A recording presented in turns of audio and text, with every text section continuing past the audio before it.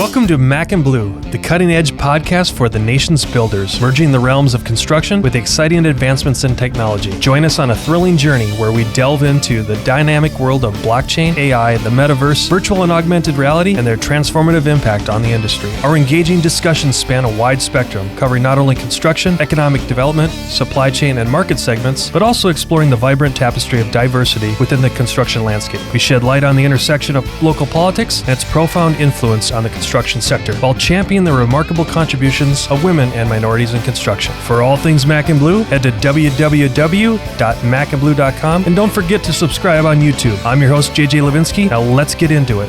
Hi everyone, welcome to another episode of Mac and Bleu. I'm your host, JJ Levinsky, CEO and co-founder of Blue Wave. We're in our new studio today, modified studio at PS Creative and PS Studios. And today I'm fortunate enough to have someone that I look up to, a colleague, Mike Bontrager from Alston Construction. I was fortunate enough to meet Mike quite a few years ago when I first moved to the Valley. We come from a lot of the same Midwestern lineage and backgrounds and things like that. So I've been poking the bear with him for a while to try to get him on. And today's more of, hopefully we'll just kind of talk and just share a lot of insights that we have that hopefully Mike has as and I say this in a complimentary way, as a senior executive in our business here in the Valley, and kind of go down that path. So bear with us as we adjust and readjust in our super reclined sofa here. The only thing we're missing is a humidor and some whiskey, but we'll make do with what we've got. First of all, welcome, Mike. Yeah, thank you, JJ. I appreciate you having me on. Before we get into the nitty gritty, everyone always likes to get to know, all right, why Mike? Sure. What's the resume without the resume? But start back to, I think the one of the connections that we have is being from the Midwest, and talk a little bit about that and how you, brag a little bit about what you did at White's, because you should. I mean, you were looked up to for what you did there, but just let the audience know a little bit about your background. Yeah, appreciate that comment. So born in Kansas, moved to Kansas City, watched the Chiefs win the first Super Bowl in, I think, 67 or 68. Makes you a Chiefs fan for life.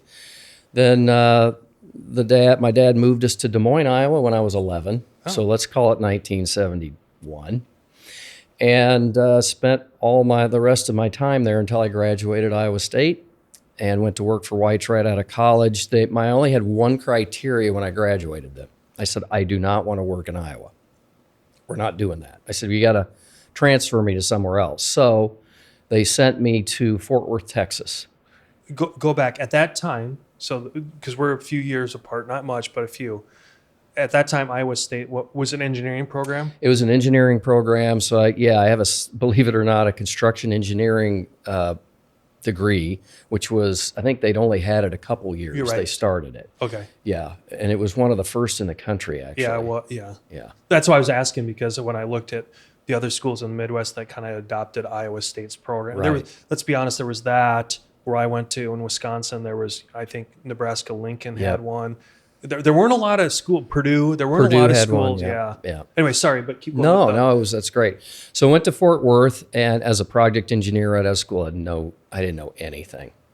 None of us did. None of us, yeah. So I get out there, and it's a big job. It's actually the Will Rogers Exhibits Hall. Really? Yeah. And so I'm on this big job with, a cigar chomping, screaming superintendent, and he looks at me, and he's like, okay, you see that sign over there? I need you to go out with these post hole diggers, dig the holes, drop this sign in the ground, and pour concrete around it. So I was like, okay, that was day one, and then, but it got better, obviously, and it was really fun. Well, then White started an office in Phoenix around 78 or 79. It was just getting going. And the guy that was running the Phoenix office came to Fort Worth to look at this job, and we got to talking, and he's like, how do you feel about Phoenix? And I'm like, well, where is it? I don't even know, so you got to remember, this is pre-internet, pre-cell phone, we got a fax machine, computers, and we thought it was great. So no computers. He didn't, nobody knew anything. And so he told me a little bit about it. I said, I'm in.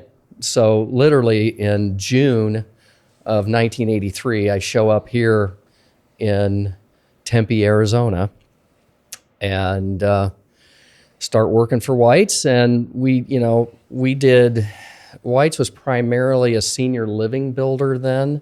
That's what brought us to town. So we did the Friendship Village of Tempe. Okay. And so I worked on that a little bit, and then we started doing office buildings. So we did a lot of office buildings here. And so that was really all I did for 5 or 6 years was office buildings. Then some senior living stuff. Then I became the mall builder. So my first job as a project manager was Superstition Springs Mall in Mesa. Of course. Then we went from that to Arrowhead Mall in Glendale.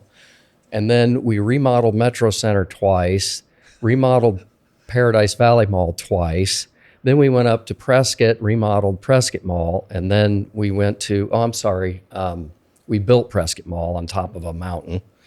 And then we remodeled Flagstaff Mall as well. So I just became the mall guy. Like I was just doing all these malls. Mike the mall bitch. And to this day, I can't even go in one. It's like it's like a flashback. I get PTSD or something, It's funny you say that because I think all of us that have been in the trades, those projects that last, let's be honest, the projects that last a long time or take out a lot of emotional capital. Hey, do you go? Nope, don't frequent any of those places. Yeah, they don't understand. We do have PTSD. Yeah, the memories come flooding back. I should point out one detail I left out in my little journey there. Yeah.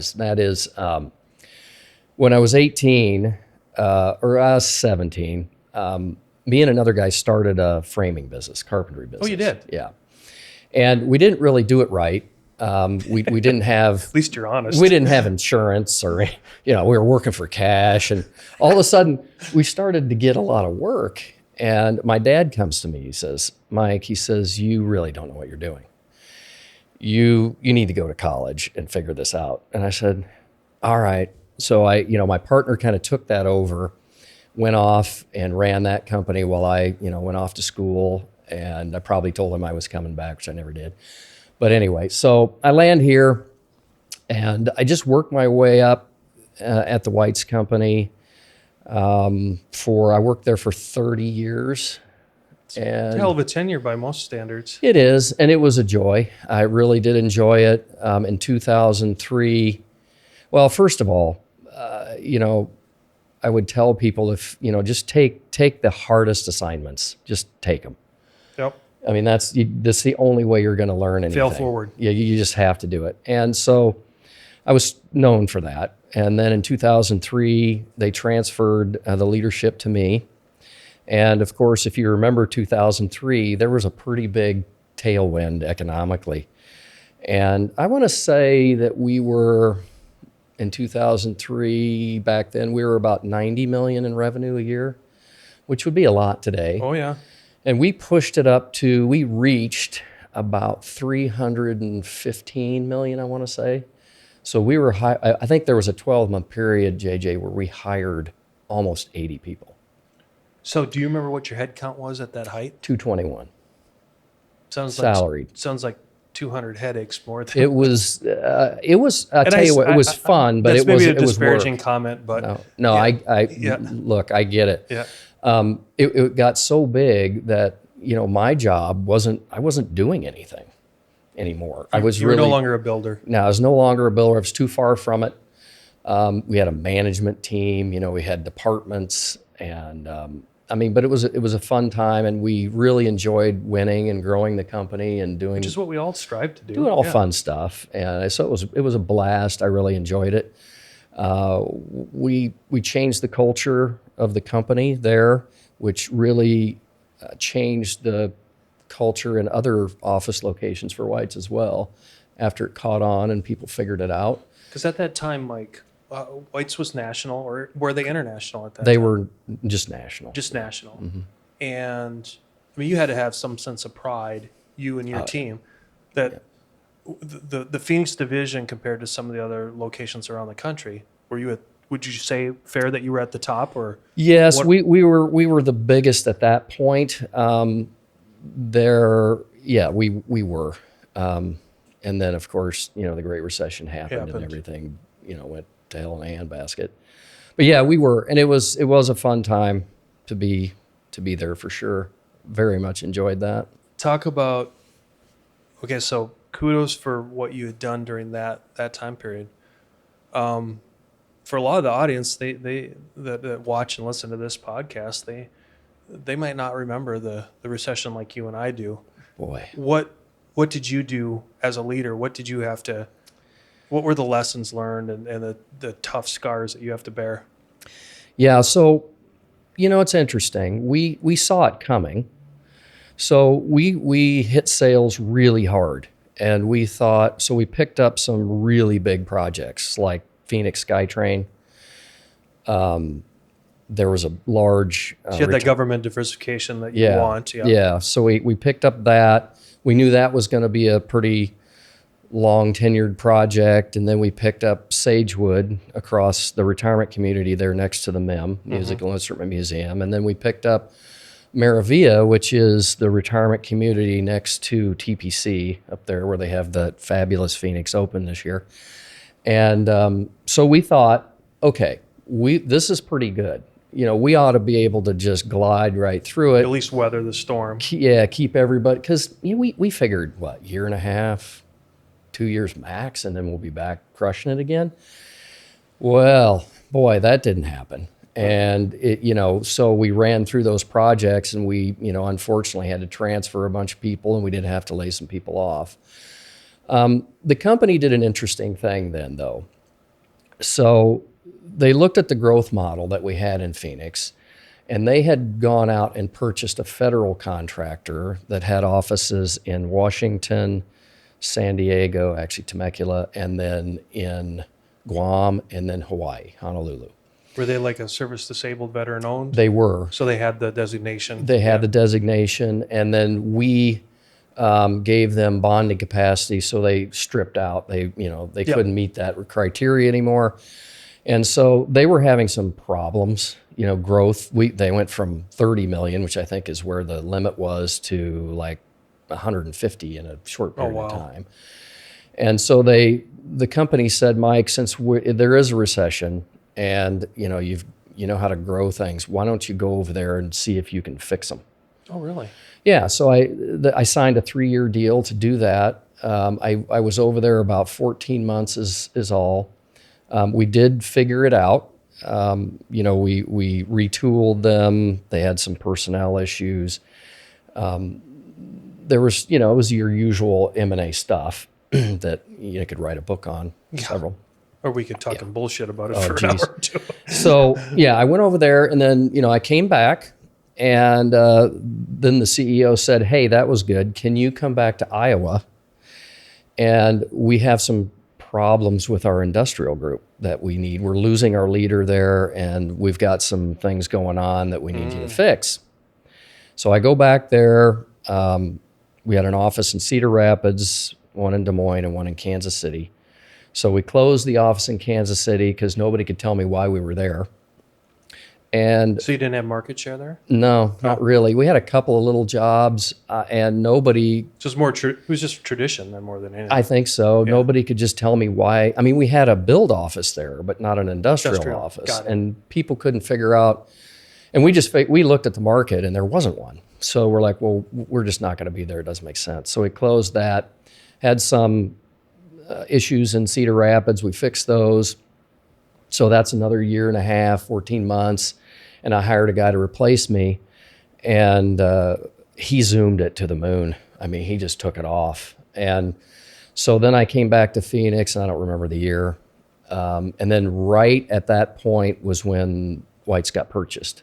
Oh, yeah. And so I hung on there for another 3 years or so, and then decided it was my time to try something different. And that's actually how I got to Adolphson and Peterson. Was one of the gentlemen that works there, he knew that I was fixing things for other...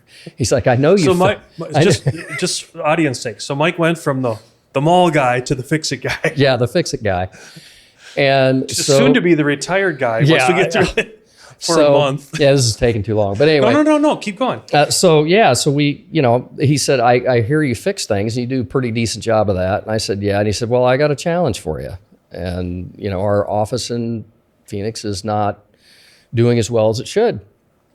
I said, okay. So I went over there, and the CEO hired me. It was really good. We had, I think there was 34 people there when I signed on, and we, over a period of time, just replaced all of them but 4, basically. Oh, wow.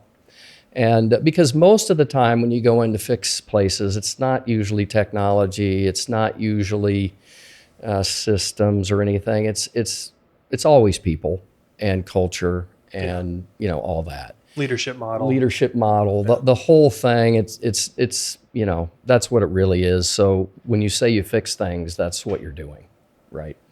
So we did all that, and we had some change in leadership there, and so in 2020, I retired from there for a month. See, audience, I was telling you, Yeah. he has been retired all 30 days. I was retired for a month, and then the Alston CEO, I ended up meeting him. Great guy. We got along great. We have similar backgrounds. He ran a big division for Turner for a long time. Sure. So he's just a fun guy to hang around with. So we got off along really well. So the next thing I know, I'm unretired. I'm starting an office for Alston here. Nobody knows Alston. They're like the biggest company that nobody knows. Like I had to look them up. Like Alston? And then I look them up and they're like, wow, they're big. They're like a lot bigger than White's. So when you joined, just for the audience's sake, what were their revenues? About $1.8 billion. Yeah, no small number. Yeah, no small number. 21 offices around the country, 500 people. And so we did that. And it's just been, I got to tell you, it's the best company I've worked for. Cool. They are just really good people. That's what I would And you tell said they're still privately held? They're still privately held by 2 individuals. They're a $2.5 billion company now. They have, I think they're in 23 cities currently. And they're, they're just a joy to work for. So, Mike, again, if you can't talk about anything, just decline it. But what were you specifically, when you consummated this deal with Alston, what specifically were you asked to do? So they wanted me to build them a business unit, basically. They wanted me to start, they wanted to take the resume that they had in e-commerce, warehousing, logistics, manufacturing, and they said, ride on that. Okay. So you had a strong portfolio. Got a strong portfolio, and then add on whatever you feel like adding on. Because of your connections. Yeah, and because of the relationships and the local. And I said, that is exactly what I want to do. I mean, that's perfect because we can get some revenue going, and then we can start, bolting things on. And that's exactly what we've done. I mean, we got a big break. We got a Brooklyn bedding warehouse in Glendale, which was 650,000 feet, design build with Ware Malcolm. Not a bad deal. That's a nice little. It's a good way to start. Good little way to dip your toe in the water. Yeah, it's dipping your toe in, all right. And so, successful project, and from there we're doing other warehouse projects around town, and we have a multifamily job that we're doing in Tempe, which is going extremely well. Knock on wood. You're right. And we're going to do an airplane hangar in Coolidge. Oh. Yeah, fun. And so we're doing other stuff. It's just been a great ride.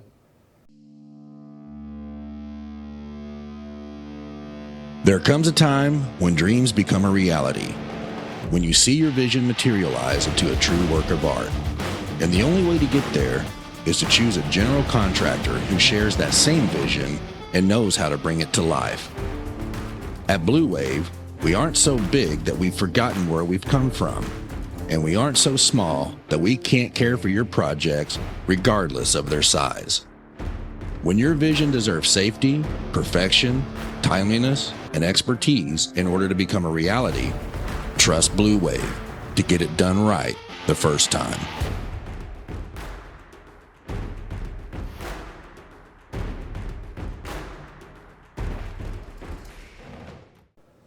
What, and thank you for that kind of just, not a blast from the past, but just a nice little chronological lead up. Let's go into, like the stuff that our peer group talks about. And you talked about the leadership and the culture, Mike. What are the struggles that you're seeing, or what are the obstacles that you're seeing of our group, whether it's our group our age or our group, the ones that we hopefully, the people that will replace us? Mm-hmm. How do you see, because one of the main reasons I wanted to get you on is because a lot of people know you, you've been in the industry for a long time. And one thing I wanted to convey on this podcast was, what are the new struggles that the C-suite of the construction companies, whether it be engineering or architecture as well, mm-hmm. How's that different from what you and I have gone through? Boy, that is a really good question. So let me start it this way. I think from a leadership perspective, when you've got folks as mature as myself, you quantify mature. We're going to have them qualify and quantify mature. Okay. Oh, that's right. I meant age-wise. Well, we'll take this off air. Yeah. No, just kidding. So, when you're leading a very disparate age group of people, you have to do that differently. You have to open yourself up and be, you have to understand those folks, because they didn't grow up like you. They don't have the same experiences. So, just calling them names and brushing them to the side is not the right thing to do. No. And unfortunately, I see some of that with some of, folks my age. They just don't understand it. They don't want to understand it. So there's that. You have to understand that, because our parents were different than we were, and this has been happening since the dawn of time. So Thank you. Get used to it. It is. The other one is, the experiences that the young people have are different than ours, and there's a, I don't want to say a lack of competence, because that doesn't sound very good, but we were brought up as builders. We were. Right? We paid attention to how things fit together, dimensions, we could find holes in drawings. I call it the cause and effect. The cause and effect. We could really, we knew how things went together a little better. A lot of them today, they're great on the computer, and they do have a basic understanding, but when it comes time to solve a problem, it's more challenging for them. This is what I see. Right. And I see it not just in the build environment, but also in the design community as well. I agree. And it's just, it makes it challenging to solve problems now because of that. And I don't know about you, Mike, but if we kind of role play here, the most rewarding times are when a salty old dog like you and I, let's take an old superintendent. Mm-hmm. When they're in that environment and you see the young people taking where they have that awesome knowledge and the quickness, their ability to process information compared to what we can do, it's awesome. I'm jealous and look up to them. Hell, even like I'm looking at Ethan, our production guy right now, he could run circles around us. But if we take the best of him and the best of us in that conversation, that's when you see stuff really happening. And I'm sure you feel the same way, whether it's Alston or Bleu Wave or any of our peers that are out in the industry. When you see that connectivity between the different generations and take away the semantics of this is my generation, right, then you see real growth and progress. Yeah, it's one of the most joyful things I've ever seen. Yeah, is a young person, sitting at a desk and an older guy leaning over his shoulder, talking to him and telling him what's what. I mean, it's just fabulous. And, both of those parties love it. When they both learn. Oh, they're both, it's so great. And we had a lot of that at White's because we would intentionally pair people up to just do that exact thing. Okay. And we had a very good program. we would always put young assistants with, the older superintendents, and it was just awesome. I mean, they learned a ton. They came up faster. Yeah, it was just it's a joy to watch. So with Alston now, you guys are bigger. Do you have, unlike like maybe a smaller GC like myself, do you have a formal plan now at Alston for that same scenario? We do. The company as a whole has a mentoring program. It's a little less formal than what we had at White's, but it still works. And our office here, we're 16 people. So we don't need to be too formal with it. We can, and it's nice because I'm very close to everyone and we talk constantly, and I love being involved in the jobs. I'm a lot closer to the build now than I have been in a long, long time. Which are you enjoying it? I am immensely enjoying it. I love spending time with the clients. Finally, you feel like you're at an age where you know something. And so you can actually help people, when they come to you, they're like, hey, do you know what to do with this? Or a client has a sticky wicket, and you got to untangle it. And now you feel like you can, right? So you can really add value at the project level. And I'm just enjoying that because I can. I mean, I think that's what we all want to do, right? And so it's been fun. In the pre-work here, we had talked about attracting craft professionals back into the industry. Yeah. How are you involved, or where are you what are you doing to advocate for that out there within your social circles? Yeah. So let me start with this, because having been a carpenter, and I've always enjoyed working with my hands, and I always had those kind of jobs. I only worked in one restaurant as a young person, but all my other jobs were in the trades, and I just got to know these people and realize just how great they are. And first of all, they're the most generous group you'll ever meet. Yeah. If you ask them to do something, they'll do it.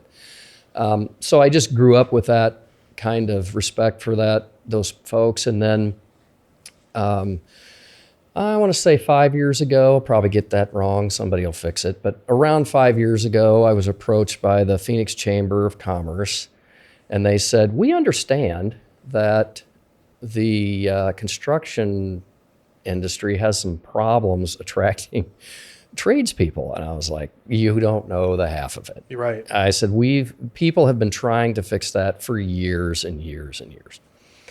And they convinced me. They said, well, let's see if we can do something. So we had a lot of meetings and a lot of stuff. And we finally figured out that that it's a branding problem. Right. So we went out, we decided to call it Build Your Future Arizona, because we teamed up with a group it's Build Your Future, and they have different states. I think Georgia has one, Illinois maybe, there's a couple others. And so we worked off their platform. I went out and raised $1.5 million from subs and generals and stuff. And we launched, and we had, it was great. I mean, so we have a website, byfaz.org. Please go look at it, check it out. We've been going into, so here's how it works, right? I would go around pitching this to, I'd stand up at NAOP and Bex and a bunch of stuff, and I'd talk about it, and a couple hundred people in the room, and I'd say, okay, how many of you parents out there would want your kids to be a plumber, electrician, or a tent bender? And like 4 hands would go up, right? Well, then I started talking about no college debt, how much money these kids are making at 18, 19 years old, and how safe it is now, and technology's changing things. And all of a sudden, at the end of these talks, I'd have a line of about 20 parents wanting to know how do I get my kid? The other thing that I found interesting is we went into schools and talked to counselors. They said that if they ever brought up trade work as a career choice, the parents would complain, which many of them did, and they would lose their jobs. So that's bad. Then we went to EVIT, and we went to Westmac, and there's hardly any kids in it. Like the welding or the plumbing, and there was just a handful. We're like, okay, so we got a branding problem. So we really need to fix that. How are we going to do that? One guy said to me, he says, yeah, how is it the armed services can sign people up to get killed and we can't even, you know? So that's when the light bulb went on, and we did all these videos that are on the website, and we just hit the streets.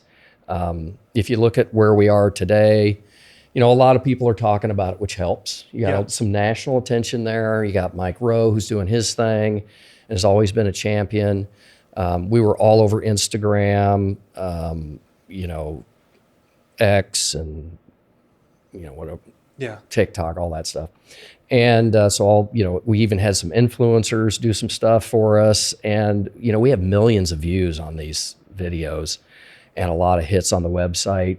And now, if you look at today, we're a little bit of a victim of our own success locally here, because there's waiting lists now for EVIT and WestMech. Mm-hmm. And there's other training centers popping up all over the place, and Gateway Community College has started back up doing some of their training type stuff, because people are wanting to get it. Right. So, you know, in a way, we're kind of like, what are we going to do next? Because it's really helped. We need a lot of people, though. A couple 100,000 is what some have said we need in the next couple years, right, which seems like a lot.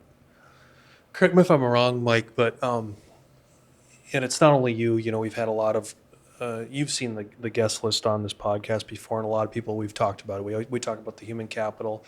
All the names that you've mentioned have either been on or repeatedly talked about. I think one of the newer ones is watching back to, you know, victim of our success. You know, Intel, TSMC, all those kind of things now. And you look at how the government agencies, along with, call it the nonprofit or the philanthropic groups like what you did with Build Your Future, is now we're saying it seems like we're crossing other barriers and lines of, okay, let's take that trade knowledge and now apply it even to more linear, like succinct manufacturing for just those industries. Right. And so have you been, and I don't want this to sound negative, have you been sucked into trying to help fill those gaps too? As far as, like, have you personally or through the group seen that kind of going beyond just welding and HVAC and you know, the MEPs type stuff? Yeah, I have. And that's one of the reasons why I like the Chamber Foundation doing it, because they have Elevate Ed AZ, which is, you know, a different program but related. They also do a lot of work in the healthcare industry trying to get nurses. Yeah. So it's not just trade. I mean, Build Your Future is specific to trades, but they have other programs that go into that. They do have a manufacturing cohort now, I believe. And I like that, because I think we're going to help people do whatever they want. I mean, there's, you know, I forget this exact statistic, but it's like 30% of the high school graduates get a 4-year degree. So what are the other people doing, right? I mean, and now you're starting to see these companies, like some of the ones you mentioned even, they're putting people through 2 years of training, and as long as they stay another 2 years or whatever it is, they'll train them for free. Right. And you don't have to go to college to get a 6-figure job in a few years. Because they want the resources now. That's right. They're willing to roll the dice, bet on them, saying, we'll train you. Look at the return on investment. It's not hard to figure out. It's like, oh, we spend this or we spend this. Right. But at least this way, we train them the way we want. That's it. I hear it all the time. Yeah. You're exactly right. Yeah. And I think it's a great thing. Yeah. You know. The other one that's been interesting for me, and I don't have the answer, and I don't want to, again, be disparaging towards anyone listening that takes offense to this, but I'm wondering if, you know, our formal colleges, let's be honest, I think we know that probably ASU and NAU have a more linear relationship to our industry with their programs. If they're almost kind of tailoring it back to have a more hands-on approach to it. Mm-hmm. I have heard, I think, again, I'm smaller, but, you know, like you, we know we've got brothers, like I'll use like Wilming as an example. Sure. It seems like they're, you know, GCon, some other ones where they're McCarthy, whatever, they're very integrated with the ASU program to almost get more of these students to have a more hands-on approach than just being book smart anymore too. Yeah. So I think it's actually coming both from the bottom up and the top down, where they're trying to collaborate in the middle a little bit more. I don't know how you feel, but for me, that's encouraging to see, because I look back and go, wow, like you and we had to learn it the hard way.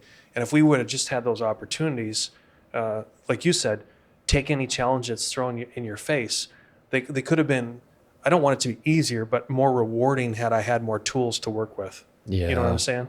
Yeah, that's a great comment. It has to happen. That meshing of industry and education, and however it happens is great. I mean, when I was in college, that there was no such thing as internships. We didn't over have the them. summer. Yeah, No. I mean, and I thought when that happened, I thought, wow, why didn't we do this before? Yeah. You know, it seemed like such an obvious thing to do. Like, how could you not? And yet, you know, it just started to happen. And so I think that's it's kind of, you know, a natural progression. It's fun to watch. There comes a time when dreams become a reality, when you see your vision materialize into a true work of art. And the only way to get there is to choose a general contractor who shares that same vision and knows how to bring it to life. At Bleu Wave, we aren't so big that we've forgotten where we've come from, and we aren't so small that we can't care for your projects regardless of their size. When your vision deserves safety, perfection, timeliness, and expertise in order to become a reality, trust Bleu Wave to get it done right the first time.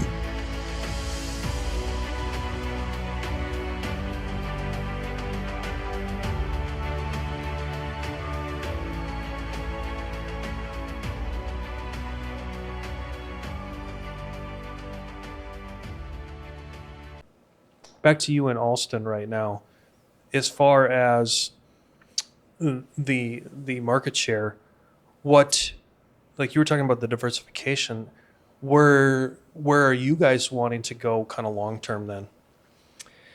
Well, that's a difficult question to answer, because if you look at what gets built here, Right. what's like 60% of the market is multifamily and industrial. Right now, yeah. Yeah, I mean, it's obviously going to change at some point, but I mean, those are two big buckets. Yeah. And it's difficult not to play in those. So we're going to continue to do our warehouse, you know, advanced manufacturing push. We have a dedicated Amazon group that travels the country doing Amazon work. Yeah, we've created, I didn't, but the company created a company that manages the logistics, the robotics and racking for inside these warehouses. Oh, that's interesting. Yeah, so they started that not too long ago, and they have some big customers there.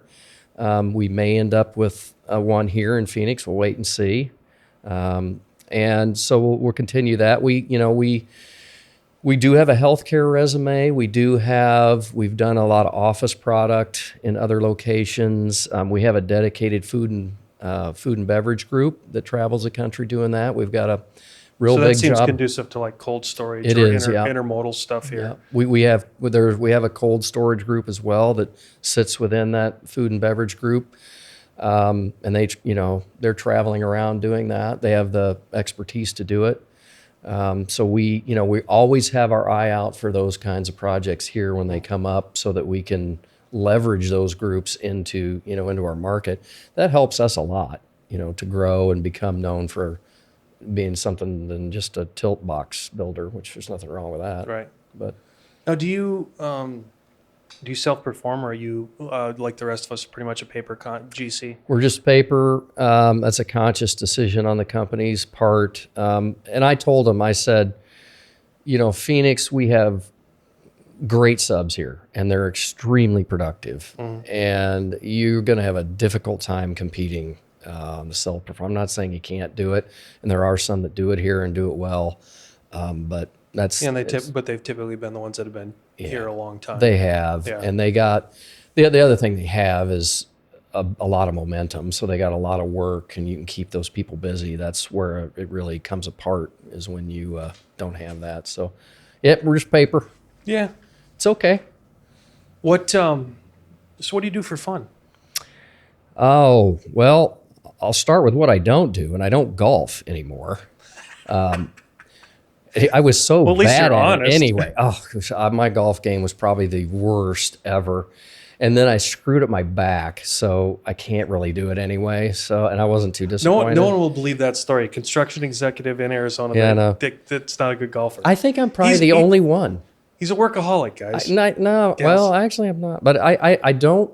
I'm probably the only one that doesn't play golf, and these guys are all talking about their golf game and stuff.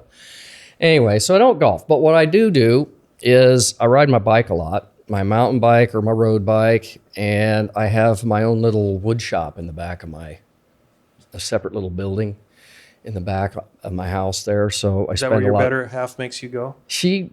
Sometimes she does. She's like, why don't you go build me something, and get out of my hair. So I go, Mike, disappear for a while. So I go back there, do that, and that and ride the bike. That's pretty much it. So hold it. As a biker and as an Iowa guy or transplant, have you done Reg Brave a few times? Yes, I have, JJ. I did the third one in 19. Oh, what? Let's see. Wait a minute. Don't say 48. You're going to date No. yourself. So whatever year Nixon resigned, what year was that? 76?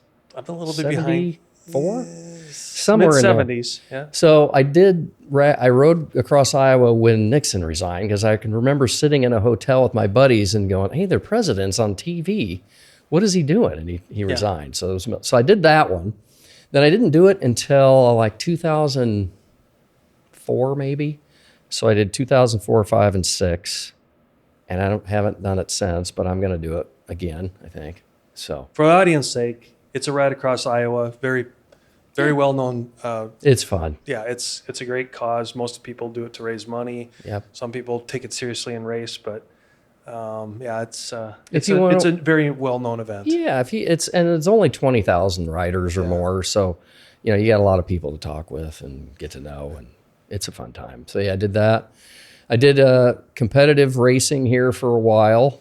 I wasn't good at it, so I was just cannon fodder for the rest of the riders. But I did that for a while, and then just decided maybe that's not my thing, so I peeled it back. So I'm more of a casual rider now. Don't have to train and do all that stuff. I like it. It's fun. Yeah, I enjoy it. It's a really great way to get out, cover a lot of ground. Stay healthy too. Stay healthy. There's nothing wrong with it. Perfect. Yeah. In the time we have left, Mike, what again with knowing what you've seen, felt, heard around our industry, what would you love everyone to know as far as like takeaways? Like either a call to action or just general thoughts, kind of like I guess I'm kind of like going like, come on, Mike, give us your inspirational words. Boy, I wish I had some of those. I just love this business, and I'm so grateful for everything that it's given me. And, I love to see people have just a passion for building and a passion for serving the client in the right way. And, being transparent, being honest. And, look, nobody's perfect and we all make mistakes. And none of these jobs go great. I mean, if anybody sits in this chair or couch and says, oh, all my jobs are just 100% golden, yeah, they're lying. So, you have challenges on these jobs and, take ownership. Just if you goofed it up, just make a mistake and try to fix it. Right. I mean, it's not rocket science, really. Just own it. And it's always worked best for me just to be, I don't know what you call it, integrity maybe, whatever. Just, be open and honest about it and do the best you can and just have a passion for it. That's why do something? This is another one. Like building what we do, it's not a job. No. It's a career. You never stop learning, even at, my maturity level. And so you never stop learning, and it's like reading a book. Every project's different. You finish a book, you get to start a new one. They're all different. That's the great thing. So if you're going to do something, you might as well have a passion for it and really enjoy it and, get on with it. So I don't know. How's that? I like it. All right, good. On As long that- as you like it. On that, I say we'll wrap it up and then we'll go into rapid fire. Okay. So But before we sign off on the formal part, again, anyone that's interested, I know that I'm not saying that Mike's going to answer every phone call and email, but very approachable. So Mike Bontrager, and he's at Alston Construction. Reach out if there's any questions or concerns or anything that we got inspired by today, or reach out to me, and I will gladly forward the message on to him. So thanks again for joining today, Mike. I appreciate you having me, and I'm happy to help anybody. Yep. You've been listening to the Mac and Blue Show, brought to you by Blue Wave General Contracting. Be sure to subscribe to the Mac and Blue podcast on your favorite podcast platform. Follow JJ Levinsky on LinkedIn and Instagram. Tune in every Monday